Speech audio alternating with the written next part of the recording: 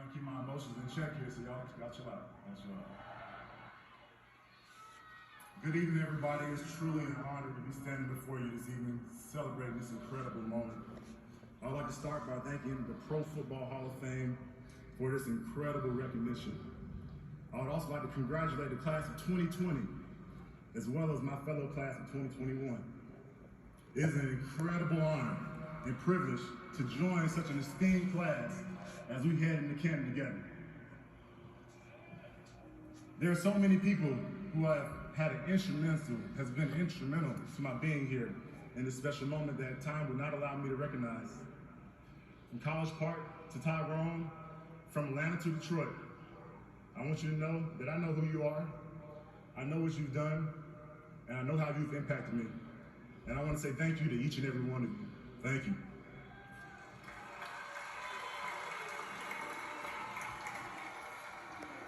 As many of you know, I'm not one for many words. I try to make my words count. So I've decided to share with you some things that matter to me most this evening. And those are moments, people, and legacies. One of the more defining moments for me came early in my career. In my first year in the NFL, I suffered a serious back injury. It was so bad at the moment I couldn't feel my legs, and I thought my career would be over. But what most don't know is the road to recovery from that back injury that year, and the physical and mental pain that I played through well into my career. But going into that second year, despite dealing with the pain and the back injury, I made up my mind that I was going to be the best, most dominant receiver in the NFL every time I stepped onto the football field. A mindset born from once being told I have a little potential. It was my teammate Roy Williams in 2006-07 who gave me the name Megatron when I came to the league, but it was my second year when that Megatron mindset was born. But no matter how much I dominated, as the legends here know, the pain never left. The pain was so severe that I would take whatever I could just to manage the pain to be able to play. The pain began to take a toll on my body and my quality of life. And it wasn't getting any better, and there came a moment when I know my time in this league, those days were numbered. But I was okay with this because I left it all on the field and enjoyed every moment.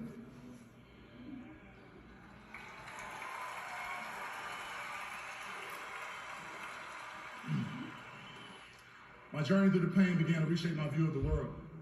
It gave me more empathy and understanding for those who suffer and deal with pain on a daily basis. It also motivated me to be someone who's focused on making a change on the issue. There are so many people living in our world with pain right now, and I want to speak to you for a moment. I want you to know that I see you, and you matter, and to fight and to do your best to make it through and never give in to the pain. I also want to take a moment to share about a few people who have been instrumental to shaping my journey. Roddy Walker, my high school head coach at Sandy Creek High School, you saw things in me that I didn't see in myself. You spoke confidence into me and solidified my parents' teaching by emphasizing the same principles. Derek Moore, my team chaplain for Georgia Tech and spiritual mentor. It was my spiritual stability that you helped me discover while in college that became key for me in life. Your energy is contagious, and I'm grateful to call you a friend. Thank you. Buddy Geis, my Georgia Tech wide receiver coach, you taught me there are two things you can always control in this life: your attitude and your effort. Doing so changes your outlook and outcomes and situations when you look at things from this perspective. Sean Jefferson, my Detroit wide receiver coach, you always taught me to answer the bell, answer the door immediately when adversity knocks. Your motto was my off-season mantra: stay ready so you don't have to get ready. Butch Cook, my agent, put your phone down. Thank you for being a stand-up guy. You and all those around you, I appreciate the support you've shown my family over all the years, and I'm grateful to have had you and your team in my family, in my life. Tracy Shulman, Tom Benner, Dr. Raymond Hillenbrand, my body specialist team, thank you for keeping me on the field and taking care of my family. Without you, I wouldn't have made it to Canton. It gives me great joy to call all of you friends. Woo. Pause that clock right quick, hold on.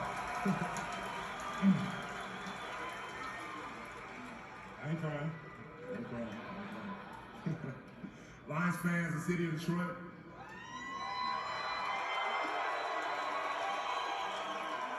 When we were 0-16, you never stopped showing up. You were disappointed, but you never stopped showing up. Every week you showed up. And this motivated me to do the same thing for you. You love me and my family unconditionally over these 15 years. I want you to know, Michigan is our home, Detroit is our city, Alliance Friends are our pride.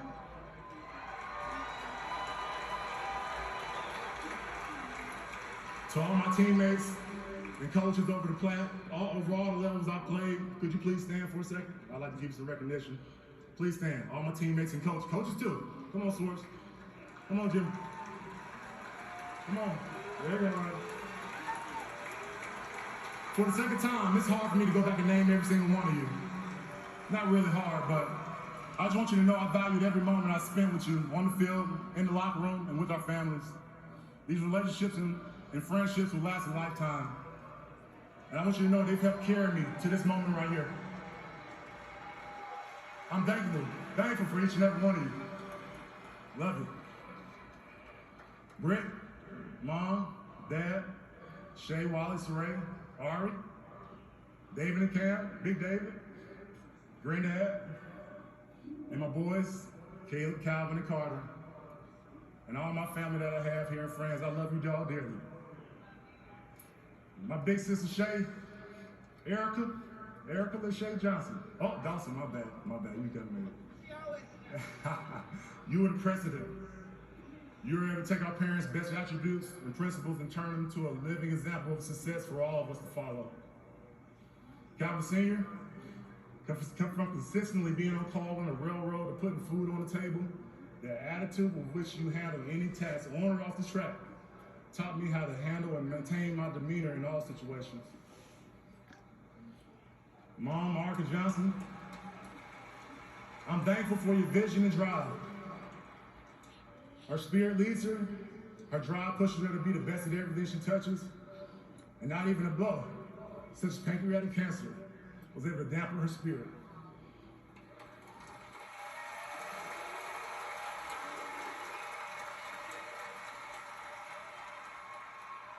It was such a sequence of events where I saw her faith in action. What a blessing, an honor, and an inspiration it was to witness and to have you as our mother. To my beautiful wife, Brittany, to my beautiful, lovely wife, you've brought balance to our demanding worlds. You're such a kind spirit, and I admire the way you love on our boys, our handsome little boys unconditionally. The way you helped me in my development of my emotional intelligence, oftentimes by just being a sounding board, has preserved more than you know. You know me, I can be a little rough around the edges, but your grace and smooth touch, it keeps us in balance. Love you, baby.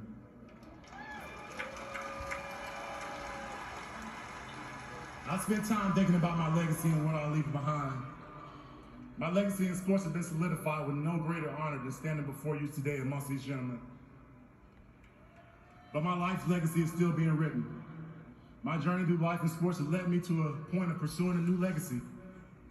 For me, that legacy is improving quality of life for athletes and others. For those who are out there suffering in silence and living in pain. For those who feel like there's no hope for better days. With my partnerships, I'm committed to helping people elevate their wellness. To the NFL, college football, and all major sports, including the Olympics, it's also time we recognize the potential of phytomedicines, plant medicines, to aid in improving the mental health and quality of life for so many.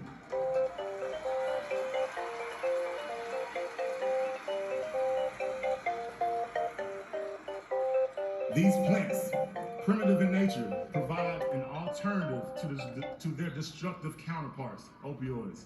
And I'm honored to be partnered with Harvard University, Dr. Wilfred Grau, John Hopkins, and other institutions to help address the global disparities and bring validated solutions to people everywhere. The legacy I've left behind thus far is a direct reflection of the moments my family and friends have poured into me. And by understanding that excellence alone does not come from wishful thinking or God-given ability, but one's availability to channel those wishful thoughts into action to achieve a desired outcome. In closing, I ask that you all join me in leaving your own legacy by helping to improve the quality of life for others in whatever way you can. Because moments, people, and legacy matters.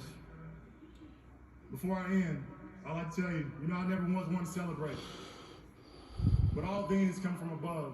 And every time I scored that touchdown, all I did was point up to the sky. Because that's where all good things come from. And this right here, this is a good thing. Thank you all. God bless.